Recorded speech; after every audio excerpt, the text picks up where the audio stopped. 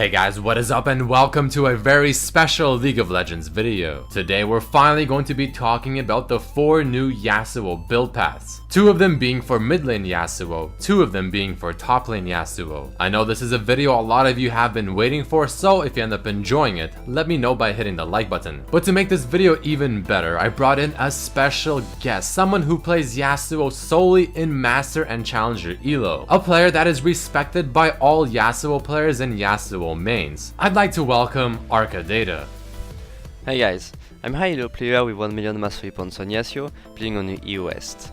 I'm mostly known for my montages on YouTube and for my streaming channel on Twitch, so if you'd like to see more of my content, feel free to check the links down below. Today, I'm joining Red Mercy to plan the build for the patch 6.11. We have been working on this together for a week, trying to optimize the build path and adding as much in-depth information as we could. So I hope you like this video and work have put into it, and of course, that you'll enjoy using the builds. Thanks. Alright guys, so I'll start things off first in this video by talking about the 2 different YASUO builds you can do for the mid lane. First, I'll give you guys the basic rundown of the build to know what to expect from a simplistic viewpoint, followed by a little bit of a more in-depth analysis. So the first build we'll be talking about is one that utilizes the new Triforce in the mid lane, or Triforce mid as we're gonna call it in this video. So the core items will be as follows: your boots of choice, usually Merc boots, followed by the Static Shiv, Trinity Force, and then the Infinity Edge. A lifesteal item usually being Bloodthirster, and then your item of choice usually being something like a Sterak's Gauge. Now the order is as follows: Static Shiv into either the full Trinity Force into Infinity Edge, or you can go Static Shiv into the Phage, then Infinity Edge, and then finish the Trinity Force, or you can go Static Shiv into the Cloak of Agility for the 100% crit chance, into the Trinity Force, and then finish off the Infinity Edge. Now this build, even though it's quite good, is very situational that you usually only want to do when you're facing an enemy team with either a lot of squishy champions or a lot of champions with skill shot abilities. Because the idea behind this build is to have a lot of burst with the sheen effect from Triforce, while also having a lot of mobility thanks to the Phage aspect of Triforce, helping you dodge a lot more skill shots while also giving you the CDR, which will in turn also give you more wind walls to block those skill shots. Now if you want, you can definitely switch out the Static Shiv for a Phantom Dancer. And here's the quick reason as to which one you want to have and when. Now for this Triforce mid build, you want to have Static Shiv when you're versing a mid laner that has a lot of issues CSing under tower, so you push in the wave as often as possible, which in turn will also help you roam. But if you feel like you'll be playing this game a lot more like a split pusher trying to get towers and duel people 1v1, then the Phantom Dancer is a lot better, also because you will not kill the minions whenever the Static Shiv procs, so you're able to abuse your E ability more often. All in all, this Triforce mid lane build is somewhat expensive, but it does have a lot of burst damage, great synergy between the Infinity Edge and the extra damage coming out from Static Shiv's lightning, on top of also being able to stack the Static Shiv more often thanks to the move speed offered by Trinity Force. The last item in this build is the optional one, where you can choose between something like a Sterak's Gauge, which synergizes with the sheen component of your Triforce, Guardian's Angel, Spirit Visage, which is a good one if you have Warlord's Bloodlust and especially Bloodthirster to get more lifesteal, or something like a Randuin's. It all comes down to what you're facing. Are you fed and you want to get a little bit tankiness while still not sacrificing a lot of damage? Sterak's is fantastic. Do they have a lot of mixed damage? Guardian's Angel. Do they have a lot of magic damage? Spirit Visage. Do they have a lot of physical damage? Randuin's. There are also going to be 2 rune pages and 2 mastery pages depending on what kind of playstyle you prefer. If you're someone that likes to play very aggressive and you feel very skilled on YASUO and that you can outplay and destroy your opponent in the laning phase, then you want to get the Fervor of Battle from your masteries. Your runes with Fervor of Battle and Trinity Force mid should be as follows. For your reds, you want 3 flat ADs and 6 attack speeds, while also having 1 attack speed quint and 2 lifesteal quints. And the reason is simple: you don't have Warlord, so you don't have the lifesteal from that, and you don't get Bloodthirster until very late into the build, so the lifesteal quints will help you quite a bit. However, if you want to play somewhat of a more passive laning phase and go for more of the late game playstyle, then you want to go for the Warlord's Bloodlust with a rune page as follows: flat AD reds, armor or HP per level yellows, flat MR or MR per level blues, and then you want to go for the attack speed quints. And in terms of summoners, I usually recommend going for exhaust, but if you feel like you can destroy your mid lane and cheese your opponents, ignite can work. But all in all guys, that is the first build being the Triforce mid lane.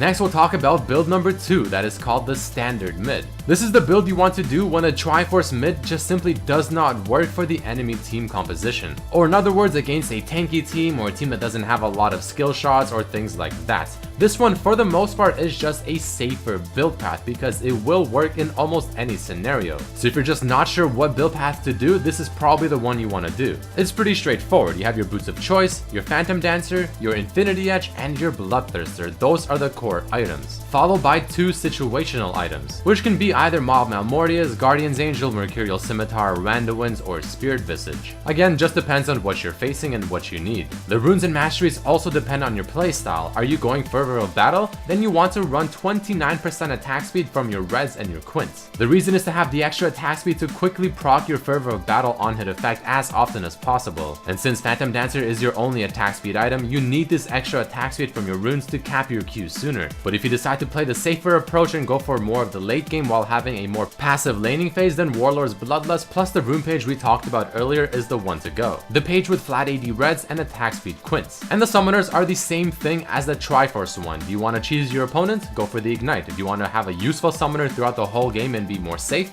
go for the Exhaust. But all in all, the flat AD you get from your runes whenever you go the Warlord's Bloodlust helps you actually utilize the Warlord's Bloodlust a bit more effectively in the laning phase. But now that we got the 2 mid lane build paths for Yasuo out of the way, I'm gonna pass it off to ArKaDaTa to go over the 2 top lane builds as well.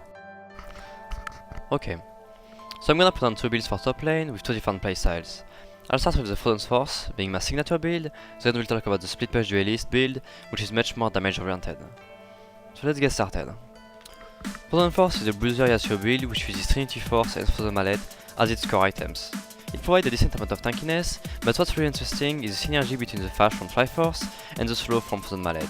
It allows YASUO, an already hypermobile champion, to move even faster and to have a lot of stickiness. The next item you are gonna get are mostly situational, but I'd recommend using those in most scenarios. First, a Guardian Angel, because we need some resistance after getting 800 HP. Then, Sunfire and Serra Gauge to increase both the tankiness and the damage output of the build. There are some variations you can do depending on the enemy team composition, like getting Guardian Angel, Spirit Visage and Warmog against a team with a lot of AP poke, or getting Sunfire, Randuin and Thornmail if you are against a full AD team. Keep in mind that you can adjust the situational items the way you want as long as you mostly build tanky. Now, I know a lot of people are gonna be skeptical when looking at this build, and I totally understand why. The main reason being that we have 0% crit chance. But, while it might look really bad for YASUO, it's not impacting him that much on a tanky build, simply because anyway you don't have a lot of AD to multiply. In fact, most of your damage comes from Fervor, Shin, Sunfire or even YASUO's base damage. Now, why so tanky? Because it's what the current meta is all about. Have you seen Bruiser Fist top lane? Or the full tank echo jumping on your ADC, destroying him in a matter of seconds with nothing you can do to save him because he has too much tankiness and mobility? This is what we are gonna turn YASUO into. An obnoxious diver, almost unkillable, knocking and slowing everyone while still unleashing a decent amount of damage. Though, I wouldn't recommend using this build in every single game. It's optimal when you don't have a tank already on your team, or if you are against an hard matchup like Irelia and want to use a safer build path. But in other scenarios, you might want to use the Split Push Duelist build I'll present in a minute. But first, let's see the rune and mastery setup we are going to use on this Frozen Force build. First of all, for the Frozen Force setup, I'd recommend using a flat attack speed rune page. This will allow us to cap YASUO's Q spell by level 14 with the attack speed from Triforce. So that's 3 attack speed queens and 9 attack speed marks. For defensive runes, I personally use flat armor and scaling magic resist, but feel free to adapt. For the mastery pages, we have 2 options. The most common one being Fervor of Battle, mostly because it provides a lot of damage to complement this build's tankiness and scale well from early to late game.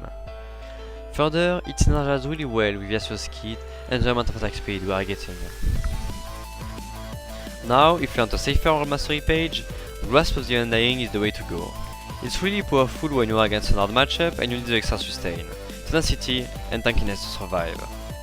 But while it provides a much safer early game, it doesn't scale as well as the Fervor Battle page. And that's all I had to say for this build that I really recommend people to try out. Because in my opinion, it's a really strong build if you wanna act as a front line for your team. And it only suffers from a few weaknesses like being weak against percent HP damage or having to rely on your teammates. Now if you tried this build already and didn't like it, you might want to use a more offensive approach, the Split Push Duelist build. So let's switch to this one.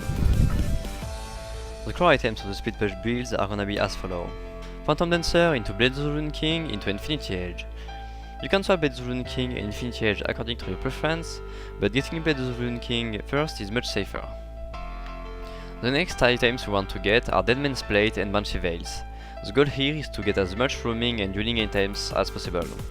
In fact, Phantom Dancer will provide you the strong 1v1 damage reduction, Blade of the Rune King is really good in duel, especially against tanky champions, Infinity Edge because you want to get the insane damage increase and the 100% crit chance, Banshee because it's really cheap and strong for speed pushing, it can actually save you from getting off or taking an important spell from your opponent, and finally Deadman's Plate to improve that speed pushing and roaming aspect thanks to the move speed it gives.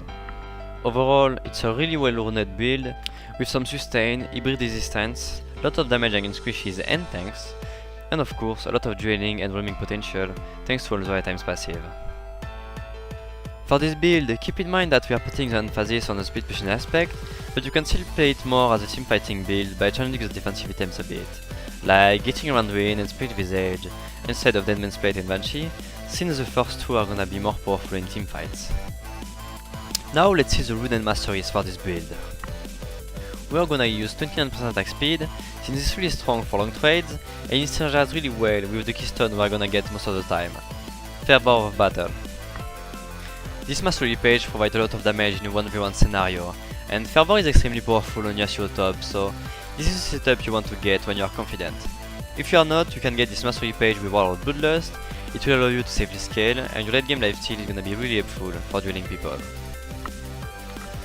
This is the kind of build you want to get when you already have a frontline, and your matchup does not require you to build tankiness in order to survive. This can be even more optimal if no one can duel you in the game, which will mean you will be able to split push freely. And that is about it for this video, guys. I mean, there you have it, the current 4 best YASUO build paths ever since the change in Trinity Force, 2 for mid lane, 2 for top lane. I really hope you guys did enjoy this video with this in-depth information, giving you everything you need to know to play YASUO successfully in this current patch. I also want to give big shoutouts to ArKaDaTa for joining us in this video, giving his professional insight on a champion he's exceptionally skilled at. So if you maybe do not trust my opinion for whatever reason, then you can 100% trust his. And here's ArKaDaTa one more time with his closing thoughts. Hey, I just want to remind you that you shouldn't play this build without looking at your team comp. I'm especially looking at the Triforce mid build, since even if it's a really enjoyable build that allows us to still get Triforce on the mid lane, it's mostly effective against skill shots and squishes. Then again, Frozen Force is only really powerful when you wanna act as a frontline for a team that will be able to back you up, and while the vintage builds are not really situational, they don't bring as much utility as Triforce builds. So choose wisely and have fun on the Rift. See ya, guys.